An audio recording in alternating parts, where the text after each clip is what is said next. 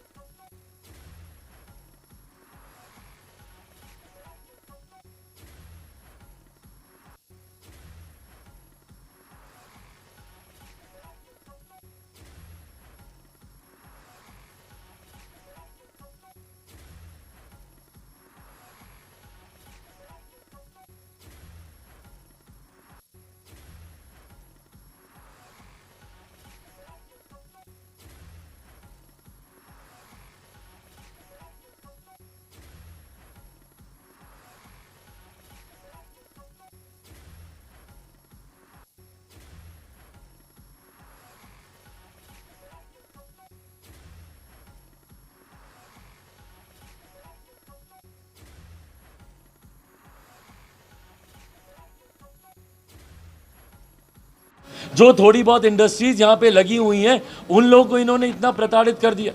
जिस दिन से ये दाम बढ़े हैं या जिस दिन से दाम बढ़ने की आशंका है उस दिन से आए दिन गरीब परिवार के तो लोग आ ही रहे हैं।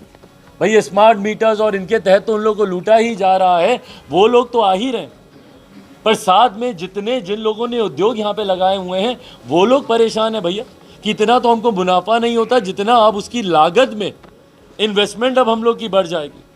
और कितने इन लोगों ने इसमें हिडन चार्जेस इसमें जोड़ रखे हैं, कहाँ जो बात ये लोग हम लोग को बताते नहीं हैं, कितनी सहजता से सरकार इन बातों को छुपा लेती है। फिक्स चार्जेस जो हैं उसको दुगना कर दिया गया है। ये किसी भी प्रेस रिलीज में या कहीं पे भी अगर ये लोग प्रेस वार्ता करेंगे उसमें कोई ये बात नहीं बताएगा कि कितनी सरलता से चुपके से इन लोगों ने फिक्स चार्जेस को डबल कर दिया। फिक्स चार्जेस अब दुगना कर दिए गए हैं जो कि उपभोक्ताओं को समझाया नहीं जा रहा है। प्रेस ब्रीफिंग से भी इस बात को पूरी तरीके से इसको गायब कर दिया गया। इसका एक बड़ा असर तो मासिक खर्चे पर उपभोक्ताओं के ऊपर पड़ेगा ही पड़ेगा। बिजली का बिल इसकी वजह से कितना बड़ा होगा। और ये यूनिट्स देखिए, यहाँ पे इन लोगों ने दिया गया कि 0 से 50 यूनिट्स तक जो 6 रुपया 1 पैसे था वो 7.57 हो गया, और जो 20 रुपया जो पर मंथ जो फिक्स था, जो पर डे जो उनका फिक्स था 20 रुपया, वो 40 रुपया हो गया। जो 40 रुपया था वो 80 रुपया हो गया। भाई ये फिक्स चार्जेस डबल होने का मतलब आप समझ रहे हैं कितना भारी बोझ प्रतिदिन का ये पड़ रहा है उपभोक्ताओं के ऊपर, पर इसके बारे में बिहार सरकार को कोई फर्क नहीं पड़ता। आने वाले दिनों में हाहाकार बिहार में मचेगा भाई। कैसे गरीब परिवार से आने वाले लोग जो कि रोज कमाते हैं, रोज खाते हैं, कैसे वो इतनी महंगी दरों पर बिजली ले पाएंगे? पर उसके बारे में किसी को चिंता ही नहीं है, उसके बारे में कोई बात करने को तैयार नहीं है। उसी तरीके से उद्योग, ये जितने उद्योग यहाँ पे लगे हुए हैं, औद्योगिक इकाइयों पर इसका असर 35 से 55%। बिहार के बगल के राज्य, खासतौर पर दामोदर वैली वगैरह में के एरिया में जितने उद्योग हैं, उनके आगे हमारी औद्योगिक इकाई बेबस हो जाएंगी और उद्योग का पलायन अब यहाँ से शुरू हो जाएगा। उद्योग का आप देख लीजिए इंक्रीज, बाकी सारी जगह जितने भी यूनिट्स हैं, कहीं पे 51%, कहीं पे 40%, 36%, टू एन एक्सटेंट 52% तक का फिक्स रेट्स का जो है विषय, कैसे इन लोगों ने फिक्स रेट्स का विषय को इन लोगों ने छुपा दिया? भाई ये फिक्स रेट्स तो हर किसी के लिए ना डबल हो रहे हैं। तो जो ये लोग झूठी बातें करते हैं, जो ये लोग बड़े बड़े वादे दिखावा ये लोग करने का प्रयास करते हैं, यही तो हम लोग बोल रहे हैं कि हर प्रेस ब्रीफिंग से ये विषय गायब हो जाता है। जो हिडन चार्जेस हैं वो तो ये लोग चर्चा करते ही नहीं है।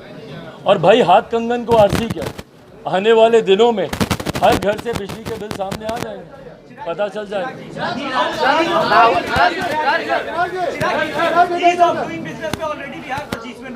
उसके बाद ये बढ़ी हुई इलेक्ट्रिसिटी और उसके बाद जो करप्शन है, इसके अलावा नॉन न्यूट्रल की सिचुएशन, तो कितना टफ टाइम देखते हैं आप बिहार के लिए और बिहार में आने वाली इंडस्ट्री के? भाई टफ टाइम बहुत ज़्यादा है, और रादर टफ से ज़्यादा धीरे धीरे तो ये इम्पॉसिबल टाइम में ये बदल जाएगा। भाई आज की तारीख में जितना माइग्रेशन बिहार से हो रहा है, जितना ब्रेन ड्रेन बिहार से हो रहा है, भाई यही उद्यमी बिहार में रहकर जो युवा कुछ नहीं कर पाता, वो दूसरे राज्यों में जाकर उद्योग लगाकर 150 वहाँ के लोगों को हायर कर कर उनको रोजगार देने के काबिल बन जाता है।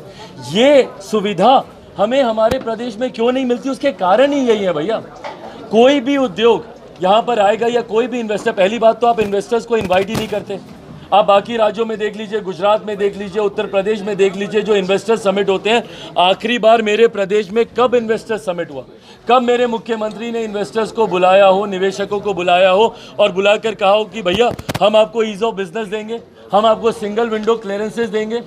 जो निवेशक खुद आकर इच्छा शक्ति भी जाहिर करते हैं, भाई वो कम से कम एक सेंस ऑफ सिक्योरिटी तो चाहेगा ना।